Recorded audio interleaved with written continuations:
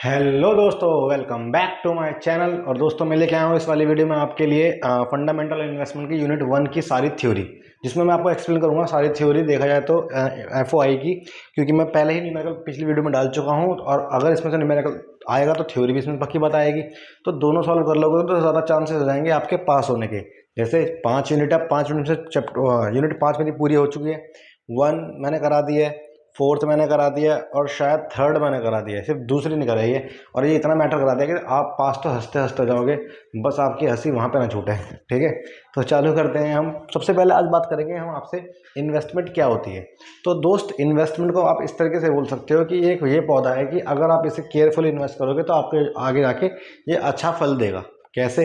देखो भाई, अगर मेरे से कोई पूछता है इन्वेस्टमेंट क्या है, तो मैं तो बहुत सिंपल सी लैंग्वेज बोलता हूँ कि investment means increment in capital stock during a year.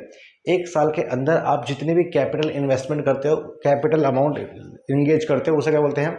Investment. जैसे कि हमने यहाँ लिखा है, हमने क्या लिखा है? इन्वेस्टमेंट का मतलब क्या होता है? Employment of funds to earn return. मतलब अपने पैसे को वहां लगाओ जहां से आपको रिटर्न मिले, इसे क्या बोलते हैं हम? इन्वेस्टमेंट। दूसरी बात, it requires sacrificing of present consumption to get return in future. भाई आपको सीधी सी बात है, अभी क्या करना पड़ेगा? अपने कंजम्पशन। कंजम्पशन मीन्स जो आप छोटी मोटी चीज़ों पर खर्च कर रहे हो, प्रेजेंट में इसे रोको और फ्यूचर में रिटर्न के लिए रेडी रहो। पक्की बात है। फिर क्या बोल रहा है? फाइनेंशियल इन्वेस्टमेंट का मतलब होता है mobilising of funds to asset which are likely to yield some return in future.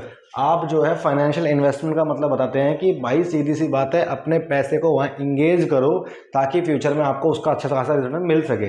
तो इतना समझाने के बाद आप समझ गए होंगे इन्वेस्टमेंट क्या होता है। इन्वेस्टमेंट का मतलब होता है इंक्रीमेंट करना अपने पैसों में, कैपिटल स्टॉक में उसे इन्वेस्ट करके, ताकि आपको फ्यूचर में क्या मिल सके? रिटर्न। भाई सीधी बात है, अब इन्वेस्ट करने के लिए आपको पैसा चाहिए, और पैसा तब बचेगा जब आप अपने प्रेजेंट के कंजम्पशन को कम करोगे और तब उसे फ्यूचर में रिटर्न आने के लिए उसे कहीं ना कहीं इन्वेस्ट करोगे। तो इसे कहा जाता है इन्वेस्टमेंट। अब बात करते हैं, बहुत सारे बच्चे कहते हैं भैया इन्वेस्टमेंट कर क्यों रहे हैं भाई? तो मैंने बोला आपको, भाई इन्वेस्टमेंट क्यों कर रहे हो? रिटर्न के लिए, ताकि आपके पास, आप एक इंसान हो, इंसान के साथ सीधी से बात है, सारे काम आप थोड़ा ना करोगे, तब पर अपना पैसा इन्वेस्ट करते हो कि भाई ये हमारे एक इन्वेस्टमेंट हो गई है, यहाँ से भी कुछ रिटर्न मिलेगा, एक्स्ट्रा मनी। मानते नहीं मानते हो? तो अब आपसे कोई पूछता है हम इन्वेस्टमेंट करते क्यों हैं, ऑब्जेक्टिव क्या है इन्वेस्टमेंट का? तो आपको बोलना है ऑब्जेक्टिव होता है इन्वेस्टमेंट का दो। Number 1, minimising of risk. कि जब आप कभी इन्वेस्ट करोगे तो आपका पहला मेन मोटिव होता है कि आपको कम से कम रिस्क हो। अब रिस्क कैसा भाई इन्वेस्ट करने में? तो सबसे बड़ा रिस्क क्या होता है कि भाई जब हम पैसा इन्वेस्ट करते हैं तो बहुत सारी चीज़ें हमारे माइंड में होती है कि किस कंपनी में इन्वेस्ट करें। इन्वेस्ट करने से महंगाई की रेट ज़्यादा तो नहीं है?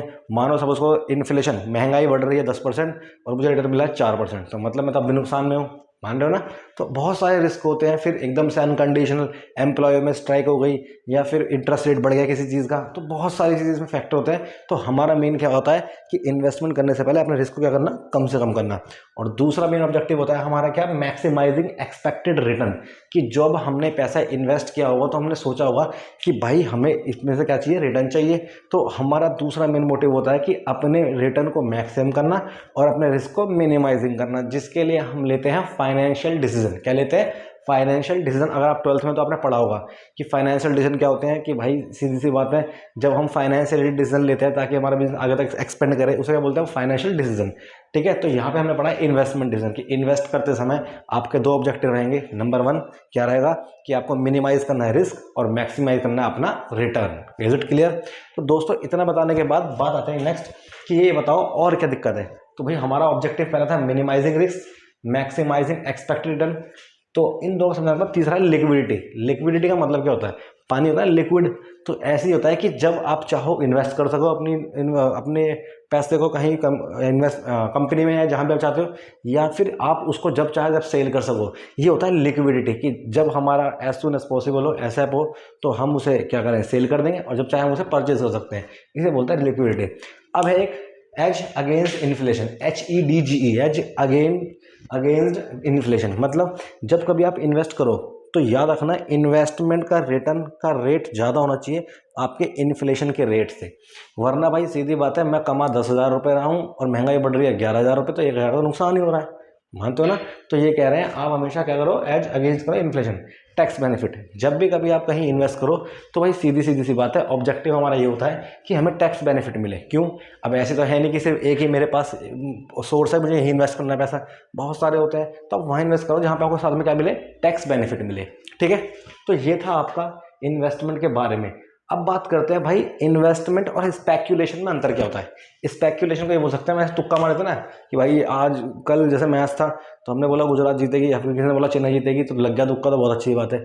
तो आपसे बोलना चाह रहे हैं कि इन्वेस्टमेंट और स्पेक्यूलेशन में अंतर क्या है, क्योंकि दोनों ही डिपेंड किस पे है, फ्यूचर पे। दोनों में क्या होती है, अनसर्टेनिटी। तो हमें पता लगाना दोनों में अंतर क्या है। तो क्या बोल रहे हैं, इन्वेस्टमेंट का मतलब होता है long term time framework, usually 12 month. अगर इन्वेस्टमेंट की बात करें तो यूजुअली इसका जो फ्रेमवर्क कितना होता है, 12 महीने का होता है। जबकि स्पेक्यूलेशन जो है शॉर्ट टर्म प्लानिंग होती है, चाहे वो एक दिन की भी हो सकती है। मानते हो नहीं मानते हो? दूसरी बात, जो इन्वेस्टमेंट होती है उसमें होता है लिमिटेड रिस्क। ऐसा नहीं है कि जब मैंने इन्वेस्ट किया तो सारा पैसा किसी डूब जाएगा, एक अमाउंट ऑफ परसेंटेज डूब सकता है। लेकिन स्पेकुलेशन में क्या है, ये तो बहुत ज़्यादा हाई रिस्क वाला होता है। ठीक है, थर्ड, इसलिए कंसिस्टेंट रिटर्न मिलता है। अगर मैंने कहीं इन्वेस्ट किया तो कंसिस्टेंटली क्या रहेगा, रिटर्न मिलने के चांस रहेंगे। बट स्पेकुलेशन में क्या है, रिटर्न तो हाई मिलता है लेकिन अगर कंसिस्टेंट होता नहीं है। नेक्स्ट, इन्वेस्टमेंट जो होती है वो बंदे लगाते हैं अपना ओन फंड एक तरीके से, सम टाइम बोरोड भी लगा देते हैं, लेकिन लोग स्पेकुलेशन में हमेशा कौन सा लगाते हैं, बोरोड फंड। तो ये था इनका अंतर। पेपर में आया हुआ बहुत ज़्यादा क्वेश्चन है, तो इसको बहुत आसान से तुम रीड कर सकते हो। अब इन दो क्वेश्चन के बाद पढ़ते हैं हम कि ये बताओ प्रोसेस क्या होता है इन्वेस्टमेंट डिसीजन का, प्रोसेस लेना। तो प्रोसेस ऑफ इन्वेस्टमेंट डिसीजन, तो भाई जब आप कभी कहीं पे इन्वेस्ट करने की सोचोगे तो आपका प्रोसेस क्या होगा। तो फर्स्ट ऑफ ऑल आप क्या करोगे, फर्स्ट ऑफ ऑल आप इन्वेस्टमेंट पॉलिसी बनाओगे। क्या बनाओगे, इन्वेस्टमेंट पॉलिसी। इन्वेस्टमेंट पॉलिसी का मतलब क्या होता है कि भाई जब आप इन्वेस्ट करोगे पैसे, तो सबसे पहले आपको अपना सोर्स देखना पड़ेगा। भाई मेरे पास सोर्स क्या है, मैं कहाँ इन्वेस्ट करूँ, किस तरीके से करूँ, कितना रिटर्न होना चाहिए, कितना मार्केट में महंगाई चल रही है, कितना इंटरेस्ट रेट है। तो first of all we have to make a some policy against the investment. ठीक। सेकंड, एनालाइजिंग ऑफ इकोनॉमी, चाहे वो कंपनी की हो चाहे इंडस्ट्री की हो। अब जब आपने पॉलिसी बना ली कि भाई हाँ मुझे ऐसा ऐसा काम करना है, आप इसके बाद एनालाइज करोगे इकोनॉमी को कि इकोनॉमी में आखिर चल क्या रहा है, महंगाई चल रही है, मंदी चल रही है, किस चीज़ के क्राइटेरिया या किस चीज़ का सरकमस्टेंसेस चल रही है। क्यों? क्योंकि भाई जब हम कभी बिजनेस करते हैं तो हमें बिजनेस एनवायरनमेंट को करना, स्टडी करना बहुत ज़्यादा ज़रूरी होता है। थर्ड, जब आपने एनालाइज भी कर लिया, अब आप करोगे सिक्योरिटी की वैल्यूएशन कि एक्चुअल में हमें जो इन्वेस्टमेंट चाहिए वो कितने अमाउंट की चाहिए और जो हम सिक्योरिटी देख रहे हैं वो कितने अमाउंट की है, तो हम करेंगे उसकी वैल्यूएशन। तो सबसे पहले हम क्या करते हैं, सबसे पहले हम करते हैं क्या, इवैल्यूएट करते हैं किसको, इन्वेस्टमेंट पॉलिसी को, और मतलब इन्वेस्टमेंट पॉलिसी बनाते हैं। उसके बाद एनालाइज करते हैं इकोनॉमी को, उसके बाद हम वैल्यूएशन करते हैं सिक्योरिटी की, और फिर आता है इन्वेस्टमेंट बास्केट। इन्वेस्टमेंट बास्केट मतलब बहुत सारी इन्वेस्टमेंट के क्राइटेरिया होते हैं, तो हमें देखना पड़ता है हम इसमें से कौन सा चूज़ करें। जैसे बास्केट होता है ना, भाई हमें तो ये चाहिए वो चाहिए, तो ऐसी बहुत सारी सिक्योरिटीज़ होती है, हम उसको सेलेक्ट करते हैं जो हमारे फेवर में हो। फिर appraisal and revision of investment, ये सारे काम करने के बाद हम क्या करते हैं, रिवीजन करते हैं इन्वेस्टमेंट का कि भाई हमने जितनी भी चीज़ें सोची है सब प्रॉपर है या नहीं, कहीं कुछ गड़बड़ तो नहीं हो गई है।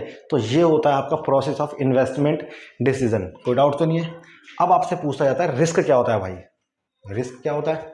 तो हमने देखा भाई रिस्क का मतलब होता है जो एक्सपेक्टेड रिटर्न है और जो एक्चुअल रिटर्न है उसके बीच का डिफरेंस। भाई मेरे को लगता है कि मैं अभी कमा रहा हूँ 700 रुपये और इन्वेस्टमेंट से उम्मीद थी मुझे 1000 रुपये की, तो अभी बीच में 300 रुपये क्या है, रिस्क। तो रिस्क का मतलब क्या होता है कि it refers to variation of actual return from expected return. ठीक है, जो उम्मीद है जब उससे झिल मिलाता है हमारा क्या, एक्चुअल रिटर्न, तो उसे हम क्या बोलते हैं, रिस्क। अब बात ये आती है कि भाई रिस्क के सोर्स कहाँ है, आता कहाँ से है रिस्क। तो अगर मैं रिस्क की बात करूँ, ये रिस्क आता कहाँ से है, तो भाई रिस्क के दो सोर्स होते हैं, सिस्टमैटिक और अनसिस्टमैटिक। सिस्टमैटिक और अनसिस्टमैटिक। सिस्टमैटिक रिस्क की बात करूँ तो वो हमेशा मार्केट की वजह से आएगा, डिमांड सप्लाई की वजह से, वो इंटरेस्ट रेट बढ़ने की वजह से आएगा, या फिर वो आएगा परचेजिंग पावर रिस्क, हमारी परचेजिंग पावर बढ़ने की वजह से या घटने की वजह से। इनके कारणों की वजह से आता है हमारे पे सिस्टमैटिक रिस्क, जो डिपेंड करता है हमारी मार्केट फोर्सेस पे। पक्की बात है, ये 3 पॉइंट दोबारा सुन लेना, market risk, interest rate fix risk और परचेजिंग पावर रिस्क। ठीक है, और एक होता है अनसिस्टमैटिक, जो मैन्युअली ज़्यादा क्रिएट होता है। सपोज करो प्रोडक्शन साइकिल के प्रॉपर ना चलने की वजह से, या एम्प्लॉय स्ट्राइक की वजह से, या कुछ भी फ्लक्चुएशन होने की वजह से, इन सब चीज़ों की वजह से जब हमारे बिजनेस में या हमारे एम्पायर में वर्क पड़ता है तो इसे बोलते हैं रिस्क। ठीक है, अनसिस्टमैटिक रिस्क। इसे खत्म होने के बाद किसी ने आपसे पूछा भाई मनी मार्केट और कैपिटल मार्केट क्या होती है, तो बहुत सिंपल तरीके बताता हूँ। अगर मैं चाहता हूँ शॉर्ट टर्म में इन्वेस्ट करना, शॉर्ट टर्म के लिए इन्वेस्ट करना, तो मैं करूँगा मनी मार्केट की तरफ। मनी मार्केट वो मार्केट होती है जहाँ पे शॉर्ट टर्म फाइनेंशियल एसेट्स में लेन देन किए जाते हैं, और जबकि जब हमें लॉन्ग टर्म के लिए इन्वेस्ट करना पड़ता है तो कौन सी मार्केट होती है, कैपिटल मार्केट होती है। पहला वर्ड समझ में आ गया। दूसरा, अगर देखा जाए तो मनी मार्केट होती है इनफॉर्मल नेचर की। इनफॉर्मल मतलब क्लैरिटी इन वर्क रिलेशनशिप इतनी नहीं होती इसमें। तो हमारी जो मनी मार्केट है वो कौन सी होती है, इनफॉर्मल, जबकि कैपिटल मार्केट कौन सी होती है, फॉर्मल। तीसरा, अगर मैं मनी मार्केट में डीलिंग करने जाऊंगा तो मैं किन किन चीज़ों में डीलिंग कर सकता हूँ, जैसे ट्रेजरी बिल और commercial paper, bills of exchange, इन चीज़ों में डीलिंग किसमें होती है, हमारी मनी मार्केट में, जैसे कि मैंने लिखा रखा है। और कैपिटल मार्केट इसमें डीलिंग करता है डिवेंचर, बॉन्ड्स, शेयर, इसमें डीलिंग कौन करता है, हमारा कैपिटल मार्केट। फिर आता है कि अगर देखा जाए मनी मार्केट में ज़्यादा लिक्विडिटी होती है, आप जब भी तुरंत के तुरंत सेल परचेज कर सकते हो, बट हमारे कैपिटल मार्केट में इसके कंपेयर में थोड़ा कम लिक्विडिटी होती है। हो तो उसमें भी जाती है लेकिन इसमें लिक्विडिटी थोड़ी कम होती है। फिर बोल रहे हैं मनी मार्केट में थोड़ा रिस्क कम होता है, जबकि कैपिटल मार्केट में रिस्क इसके कंपेयर में थोड़ा ज़्यादा होता है। फिर है, अगर जनरली देखा जाए तो मनी मार्केट 12 महीने तक के लिए होती है और कैपिटल मार्केट इससे ज़्यादा महीने के लिए होती है। फिर बोल रहे हैं कि मनी मार्केट का जो ROI होता है, रिटर्न रेट ऑफ इन्वेस्टमेंट होता है, वो थोड़ा सा, रिटर्न ऑन इन्वेस्टमेंट था वो थोड़ा कम होता है, जबकि कैपिटल मार्केट का इंटरेस्ट हो गया था थोड़ा ज़्यादा होता है। तो दोस्तों ये था तुम्हारा topic, money market, capital market. ऐसी कौन सी मार्केट है जो लॉन्ग टर्म के लिए होती है, कैपिटल मार्केट। ऐसी कौन सी मार्केट शॉर्ट टर्म के लिए होती है, मनी मार्केट। ऐसी कौन सी मार्केट होती है जहाँ पे कम रिस्क होता है, तो कम रिस्क किसमें होगा, मनी मार्केट में। ज़्यादा किसमें होगा, कैपिटल मार्केट में। इस तरीके से माइंड को सेट करना अपने, ठीक है।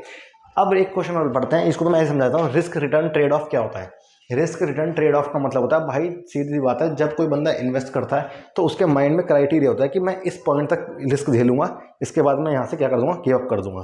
तो रिस्क रिटर्न ट्रेड ऑफ को आपको ऐसे एक्सप्लेन करना है कि पहले लिखोगे इन्वेस्टमेंट क्या होता है, इन्वेस्टमेंट के बारे में लिखोगे कि इसके ये ऑब्जेक्टिव होते हैं, जिसको हमने तुम्हें बताए थे अभी कि ऑब्जेक्टिव क्या होता है, minimum risk, maximise rate of return, return on investment एक तरीके से। तो भाई एक पॉइंट बनाओ, कट ऑफ पॉइंट बनाओ कि हम इस यहाँ तक झेलेंगे, इसके बाद हम झेलेंगे नहीं रिस्क, तो उसको बोलते हैं हम रिस्क रिटर्न ट्रेड ऑफ। कोई दिक्कत की बात तो नहीं है। तो दोस्तों इस प्लेलिस्ट के इस थ्योरिटिकल कॉन्सेप्ट में मैंने आपको ऑलमोस्ट सब थ्योरी बताई है, तो इसको एक बार सुन के ही पेपर में जाना, ताकि आप थ्योरी और न्यूमेरिकल दोनों पर डिपेंड होकर जाओ और बहुत ही ईजी तरीके से आप जो है पास हो जाए। तो दोस्तों ये सिर्फ तुम्हारे लिए नहीं, जो बच्चे ऐसे हैं जिन पे FOI हो उन सबको दिखाओ, ताकि वो भी जो है इस वीडियो को देख के थोड़ा जान सके और पास हो जाए आराम से, ठीक है। तो नेक्स्ट वीडियो बनेगी आपकी किसकी, यूनिट नंबर 4 की थ्योरी, ठीक है। उसको बनाने के बाद हमारी जो है इसकी मैं जल्दी से फटाफट खत्म करता हूँ प्लेलिस्ट, और सारे बच्चे फिर इसको देख के पास हो जाओ। तो अब मिलते हैं नेक्स्ट वीडियो में। इससे अच्छा पहले आप क्या करना है, इसको सब्सक्राइब कर लेना चैनल को, और अगर कोई इन्फॉर्मेशन चाहिए तो मेरे इंस्टा पे ऐड कर देना commerce-gyan_योगेश पे, ताकि आपको मैं और इन्फॉर्मेशन दे सकूँ, आप मेरे से जुड़ सको और मैं आपसे वहाँ पे इंटरेक्ट कर सकूँ, ठीक है। तो मिलते हैं नेक्स्ट वीडियो में।